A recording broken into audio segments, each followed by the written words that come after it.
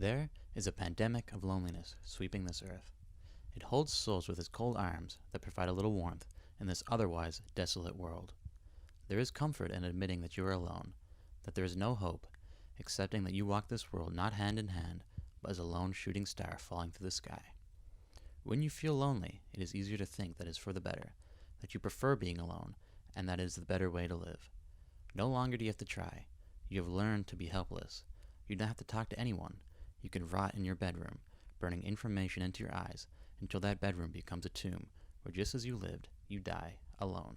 The modern-day romanticization of solitude can be seen by a cursory glance of the internet. Image boards full of lonely men who have convinced themselves that they are superior to those who participate in life. Men who believe that through their isolation they have found the secret truths to existence. Women are worthless, and they are better off without them. Social activities are stupid and pointless. What they do not have is bad, so they must convince themselves that what they do have has value, and what they have in spades is loneliness.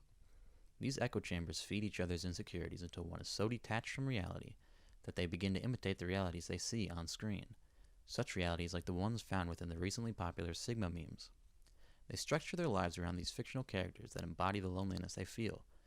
Characters such as Travis Bickle, Holden Caulfield, Shinji Ikari, or any Ryan Gosling character.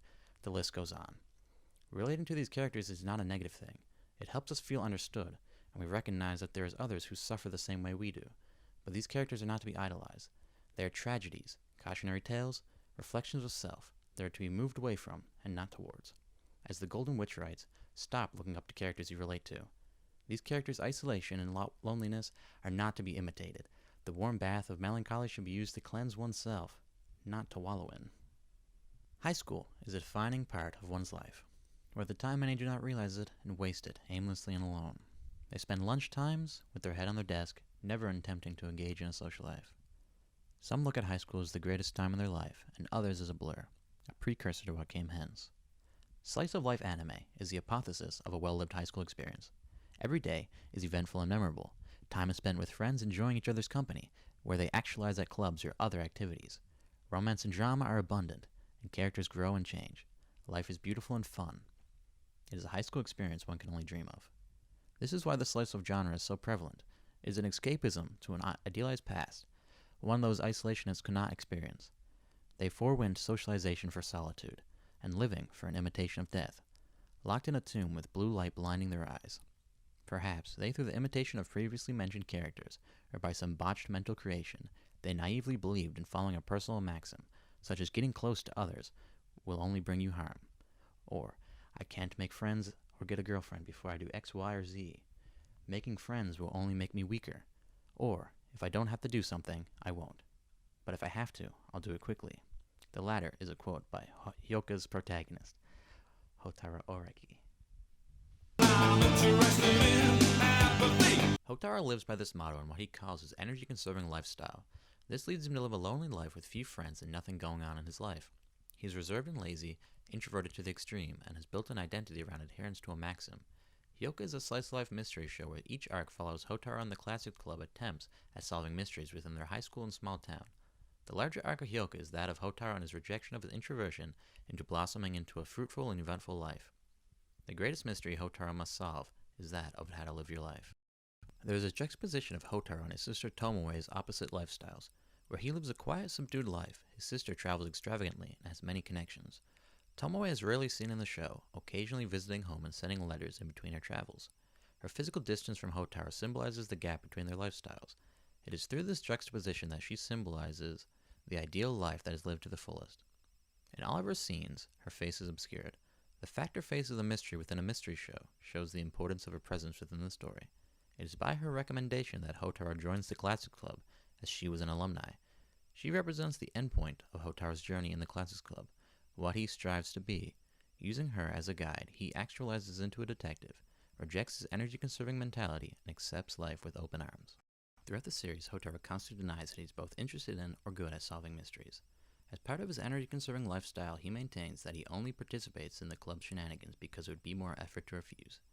Similarly, he claims to not solve these mysteries out of skill, but luck. Both of these are obvious facades and lies he tells himself and others in order to adhere to the maxim he has bound himself to, and to the identity he has constructed around it. He must feign disinterest to maintain his identity. He is energy-conserving and lazy. He participates in his friend's nonsense only out of obligation and a utilitarian effort to do less. If he were not those things, what would he be? Having an identity is comforting. To know yourself is to have stability.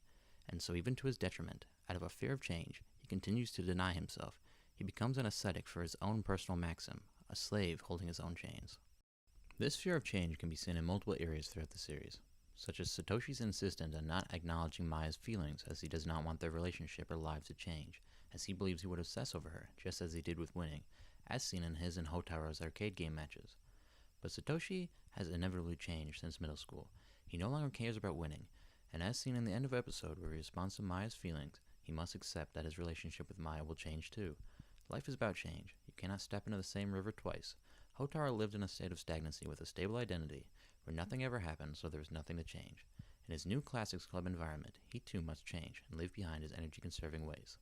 Hotaro gradually opens up as the show progresses, opting to help people and seek out mysteries to solve out of his own volition, much to the shock of his peers. For example, during the school fair and the mystery of his middle school teacher's love of helicopters, though he still holds the pretense of being disinterested. It is only through the examination of his relationship with the mysteries and the Classic Club members that he accepts his talents of deduction and his love for Eru. At the end of the final episode, Hotaro confesses that he wants to spend his life with Eru through a symbolic gesture of taking over the business side of her family's duties. He has completely rejected his "if I don't have to do something, I won't, but if I have to, I'll do it quickly" maxim, and the energy-conserving attitude, and is now open to living his life to the fullest. The moral of Hyouka is that of rejection of laziness and introversion. In our disconnected modern world, do not spend your days avoiding interactions. Instead, form connections and create memories. There will be plenty of time to rest. A life with a bare minimum, where you only act out of obligation, is a dull life. Hotaro was on the cusp of wasting his high school life. If it were not for his sister's insistence on joining the Classics Club, he would have spent his days alone staring out of a window. Consider Hyouka as Tomora's letter urging Hotaro to join the club, addressed to the viewer. Hyouka wants the viewer to perform the same journey as Hotaro, reject notions of being a loner, laziness, and to embrace life. Whether or not you may have wasted your high school life, it is not too late to spend that energy that you've been conserving, to stop romanticizing your isolation, and to live a life worth remembering. The world is a lonely place, but do not choose to be lonely, and do not blindly accept that because you feel alone that you must continue to be alone. Do not force yourself to adhere to stupid maxims that only hurt your life. Do not form your identity around your solitude. Hyouka shows the struggle of a man who has gotten to his own head about how he must live his life, to his own detriment. The show cautions against this lifestyle, and advocates for you to step out of your comfort zone, to embrace life, and live it the best that you can. One more night.